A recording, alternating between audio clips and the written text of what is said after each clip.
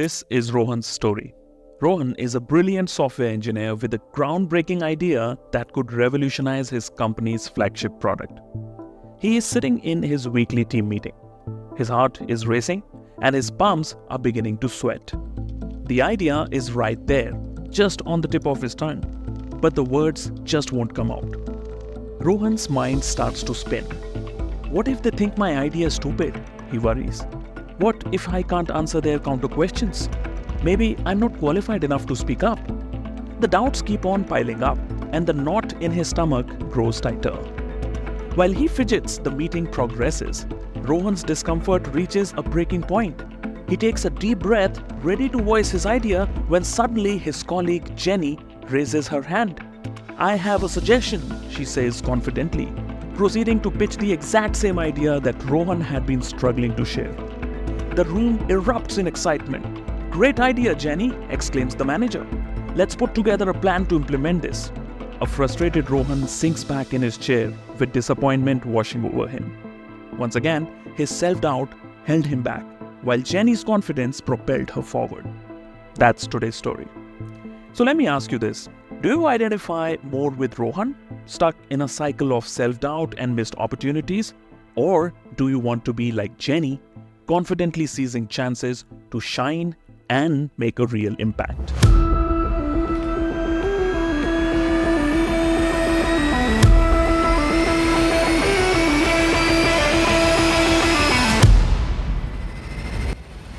In today's episode, we are tackling a topic that's close to my heart: speaking up at the workplace.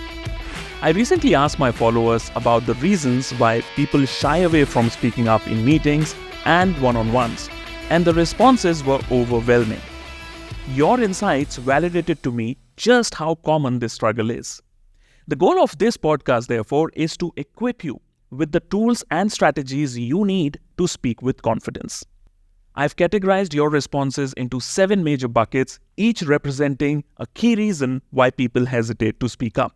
Over the course of this podcast, we are going to be discussing these very reasons, as well as some practical ways to overcome these barriers. In the second half of this discussion, I'll also be covering why it can be a game-changing strategy for a leader to build and promote a culture that encourages his or her team to speak up without any inhibitions, and also how to do that like a boss.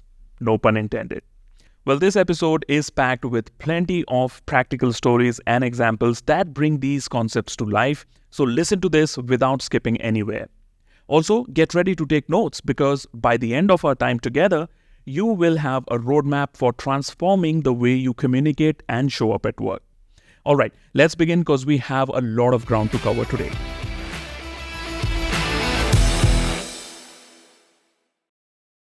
So the first category is the fear of negative consequences. I understand your concern about being seen as difficult or insubordinate, especially if you have different thoughts or contrasting opinions. However, respectfully sharing your ideas demonstrates initiative and leadership. Start by framing your suggestions positively, focusing on the benefits that the team and the company is going to get. Emphasize collaboration, not confrontation. Prepare talking points in advance if possible, and back those up with data if and when you can. Remember, your unique perspective is valuable unless you come across belligerent. Just be careful with that. By consistently and respectfully contributing constructive ideas, you will build a reputation as thoughtful problem solver, not a troublemaker. Now, if after all you still feel your point might stir a storm in a teacup, if you will, try to replace the statement with a question or an underlying curiosity. It'll always work. Try it out and let me know if this helped. The second category is lack of confidence and self-doubt. Now, feeling like an imposter within is common, but do not let it hold you back. If your ideas are worthy of being heard, trust yourself. Start building confidence by speaking up in low-stakes situations. Now, what's a low-stakes situation? It is a meeting which is not so formal. For example, a daily stand-up meeting or team check-ins, right? Versus a client pitch or presentation, which would be a relatively higher stakes situation. Just remember to do your homework. This is crucial. Bolster suggestions with supporting data, examples, and a clear plan of action. Prepare bullet points in advance so you feel equipped to contribute. Seek a mentor who can provide encouragement and help you recognize your strengths. Celebrate small victories to gradually increase your confidence. A lot of time we just forget to celebrate our victories and get hung up to our failures and weaknesses. So just remember to celebrate your wins every so often. With practice, asserting yourself, you will feel more natural. But the most important is to believe in your ability to add value to any discussion. Let's look at another example. You could sound something like, I've been researching some best practices in our industry, and I came across an interesting approach that I think could work well for our team.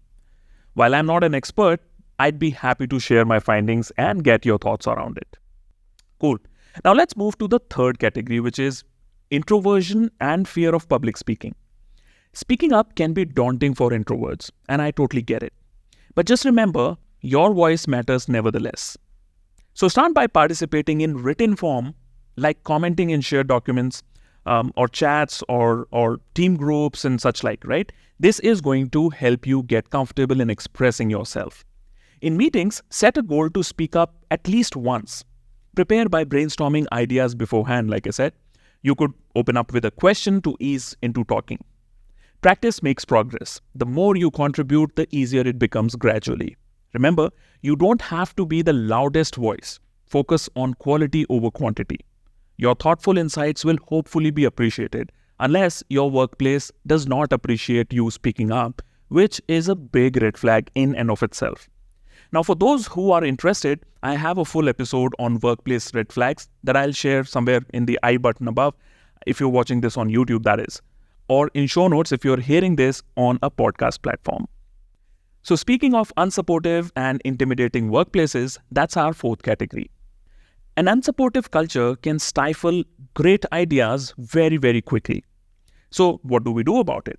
Well, I admit it's not an easy place to be in, but take small steps. Start shifting the dynamic by being the change you want to see.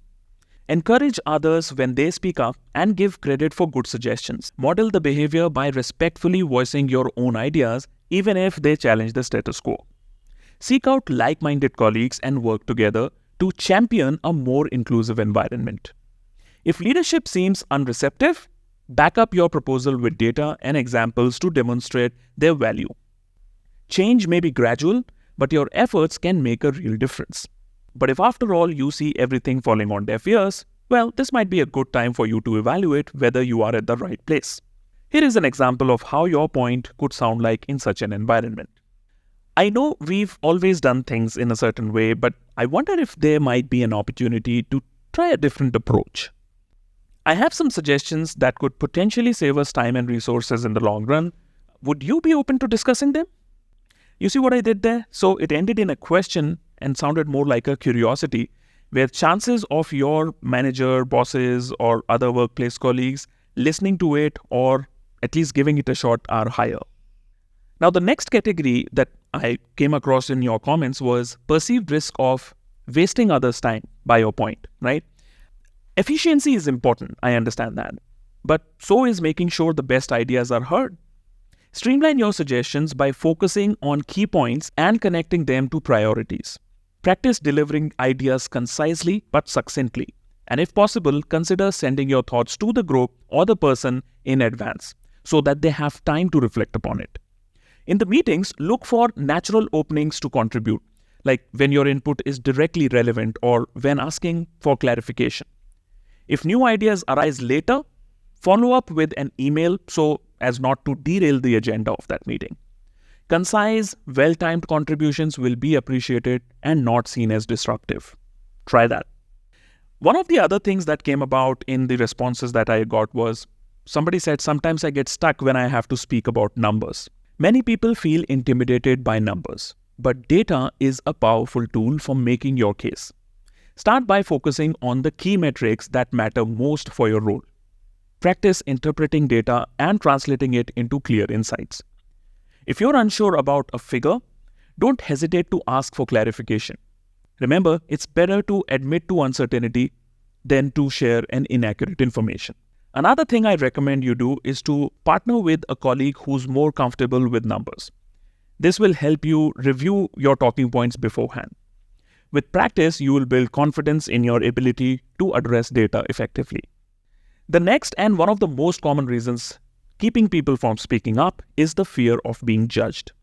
Now, the fear of judgment can be paralyzing, but remember that your ideas have value. Start by reframing your mindset first. You're not seeking approval. You're contributing to the team's success, right? I want you to think like that. Focus on the substance of your suggestions, not how others might perceive or react to it. Practice presenting ideas objectively, backed by evidence. Seek feedback from trusted colleagues to get constructive input in a low-stake setting, as I explained a few minutes ago. Build your resilience gradually by speaking up more often. With time, you will see that most people are focused on ideas and not judging the messenger. Embrace your unique perspective and trust yourself that your idea is worthy of being heard. The message is, do not self-reject. Now, if you are a leader, let's understand why is it so crucial to build and promote a culture that encourages employee voice. Let's look at a few slides if you're watching this on YouTube. So let us talk about why empowering employee voice is so crucial. During my research, I came across this really interesting statistics from Salesforce that I want to share with you. They found out that when employees feel their voice is heard, they are 4.6 times more likely to feel empowered to do their best work. Just think about that for a second. 4.6 times. That's a huge difference. Now, you might be wondering, what does this look like in the real world? Well, let me tell you about Etsy. You know, the online marketplace for unique goods. Now, back in 2017, they decided to really focus on employee voice. They introduced this company-wide survey called Workplace Voice to gather feedback from their employees. And guess what happened? Over the next 2 years, they saw their employee engagement score jump by 50%. It was almost like they unlocked all this potential by asking their employees what they thought. Pretty cool, right? Now let's look at how a leader can establish such a culture. So let's dive into our first step. Fostering open communication. This is all about creating an environment where everyone feels comfortable speaking up. Firstly, we need to lead by example. As leaders, we cannot just talk the talk. We need to walk the talk. I know it sounds cliche, but that's what it is.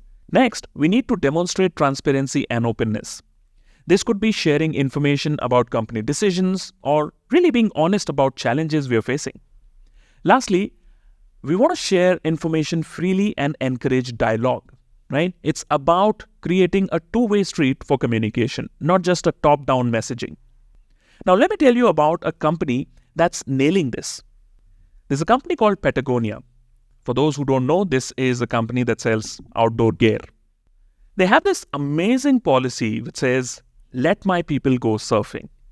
Basically, employees can take time off to enjoy outdoor activities when the conditions are good. It's not just about surfing, it's about trust and open communication. By having such a policy and talking about it openly, Patagonia's leaders are showing trust in their employees and valuing work-life balance. And you know what? This has created a culture where employees feel super comfortable speaking up their needs and ideas. It's like they have turned this whole company into a big open conversation. Now, for our next step, making it safe for employees to voice their opinions. This is really about creating an environment where people feel comfortable speaking up, even if they have a different view. First up, we need to create psychological safety. This means fostering an environment where people feel safe to take risks and be vulnerable in front of each other. Next, we need to welcome and respect diverse viewpoints. An ex-colleague of mine and a very dear friend once said, difference of opinion is a very healthy sign for business. And he was bang on with that. It's not just about tolerating different opinions. It's about actively seeking them out and valuing them. Lastly, we need to respond positively to feedback, even when it is critical. Now, this does not mean we have to agree with everything, but we should always show the appreciation for the input. Let me share with you a real-world example with this in action. Have you heard about Google's project Aristotle? It was this massive study they did to figure out what makes their teams successful. And you know what they found? The number one factor was psychological safety. Here's a cool story from that project. There was this one team at Google that was really struggling with performance. They decided to try something new. They implemented a no interruptions rule during meetings and made it a point of encouraging everyone to speak up, no matter their position. It was almost like flipping the switch. Suddenly, people who had been quiet before started sharing these brilliant ideas. The team's performance shot up and they became one of the top performing teams in the company. It just goes on to show how powerful it can be when people feel safe to voice their opinions. If you get a chance, just read about this Google's project in total. It was very interesting. All right, now let's keep it moving. Our third tip is proactively seeking feedback. Now, as leaders, this is all about not wanting feedback to come to you, but actively going out and asking for it. First, we need to ask for feedback regularly. This is not and should not be once a year affair. It should be an ongoing process. Next, we should implement check-ins and surveys. These are great tools for gathering structured feedback on a regular basis. Lastly, we want to create opportunities for idea contribution. This could be brainstorming sessions, suggestion boxes, or even dedicated time in meetings for newer ideas. Now, let me tell you about how Adobe tackled this. They used to do these annual performance reviews like a lot of companies do, but they realized it wasn't really working. So they came up with this system called check-in. Instead of one big review each year, managers have ongoing two-way discussions with their employees. It's like they turned the feedback into a conversation instead of a yearly event. And the results? Pretty amazing. They saw voluntary turnover drop by 30%. That means more and more people were choosing to stay with the company. It just shows how powerful it can be to proactively seek feedback and make it a regular part of your culture while acknowledging and working on that feedback, which, by the way, is our next tip. So now you've received the feedback. What do you do with it? Well, you have to acknowledge it and start acting upon that feedback. Because let's face it, asking for feedback is great, but if you don't do anything with it, people will stop giving it. So first, we need to show that their input matters. This means actively listening and showing that you value what's being said. Next, we should recognize valuable insights. When someone shares something particularly helpful, make sure to acknowledge it. Lastly, this is crucial. We need to implement changes and communicate the impact. It's about closing the loop and showing people that their feedback led to real change. Here's a great example of this. You know Delta Airlines, right? Well, a few years ago, they ran into a bit of a problem. Some of their employees started voicing concerns that their uniforms were causing health issues. Now, this could have been a PR nightmare, but Delta handled it beautifully. They did not brush off the concern. Instead, they listened, they investigated, and they took action. They decided to create an entirely new uniform collection. It was a big undertaking, but it showed their employees that when they speak up, the company listens and acts. It wasn't just about solving the issue with the uniform, but it was more about building trust with their employees. And you can bet that after this, Delta's employees felt a lot more comfortable speaking up about their other issues as well. It's a great example of how acknowledging and acting upon the feedback that you receive from your employees can strengthen the whole company culture. Now, this brings me to our last and final tip, which is providing multiple communication channels. This is really, really important because different people are wired differently and they may be comfortable communicating in different ways. So first, we want to offer diverse platforms. This could be face-to-face meetings, emails, chats, apps, or even the good old-fashioned suggestion boxes. Next, we should mix anonymous and open feedback channels. Some people might feel more comfortable sharing certain things anonymously, while other feedback is best given openly. Now, the very starting of this episode where I shared with you a few of the comments that I had received, some of these comments were shared with me anonymously and they particularly asked me to not reveal their identity. And while some others were pretty bold, commenting on my social media and asking direct questions. Similarly, employees also need to feel comfortable in sharing their feedback. One of the other options is to utilize technology for easy communication. Now, these days there are so many great tools out there that can make it very simple for employees to share feedback and thoughts. Let me tell you about an example here. IBM.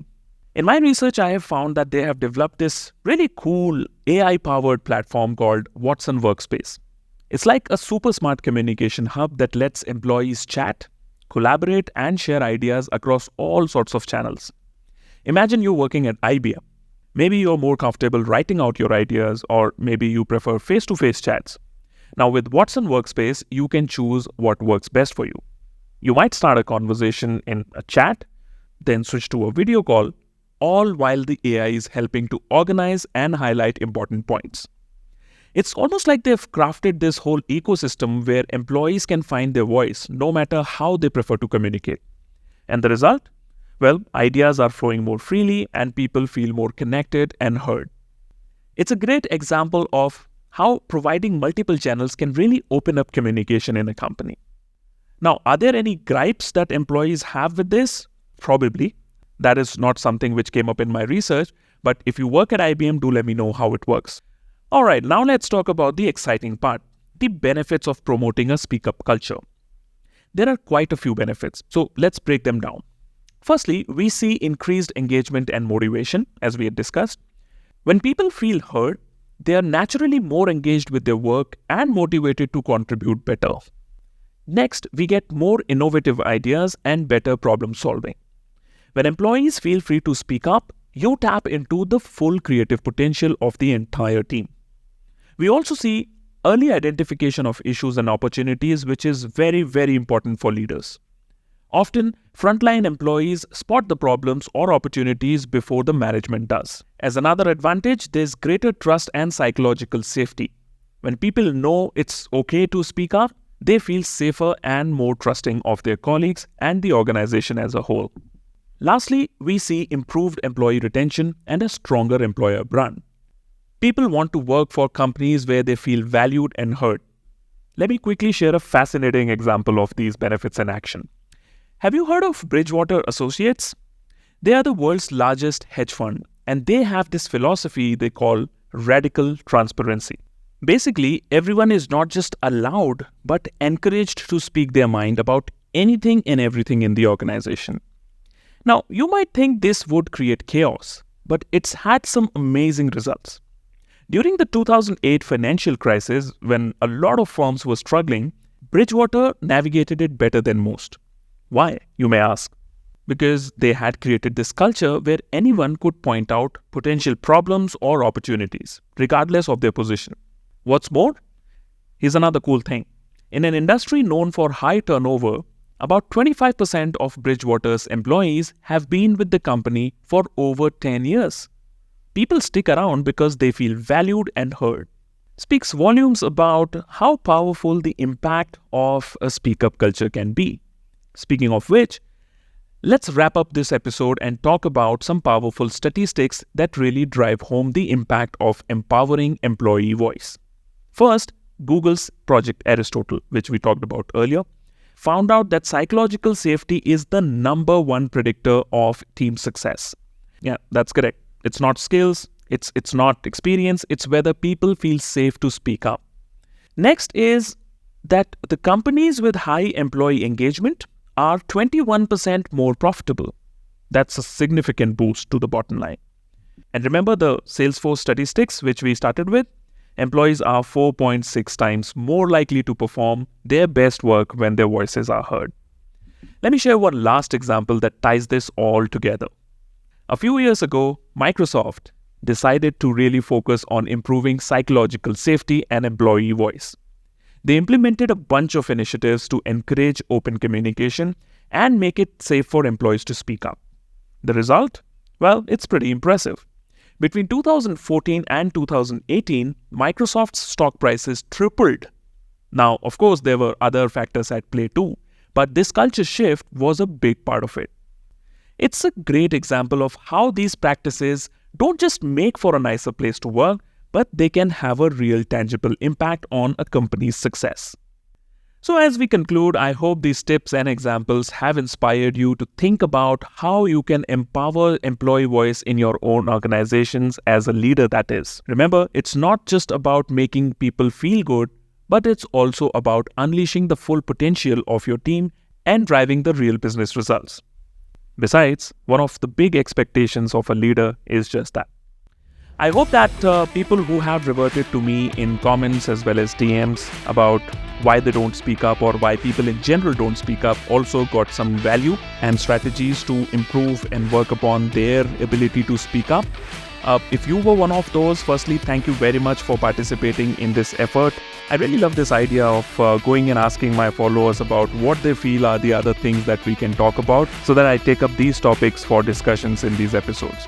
If you found this episode valuable, all I ask you to do is share your comments. Share with me your strategies to speak up. Also, do you work for an organization that promotes a speak up culture or does not? Let me know in the comments. And better yet, share this video with your friends and network. I'm gonna see you very soon in our next video. Until then, always remember to strive to be the learner.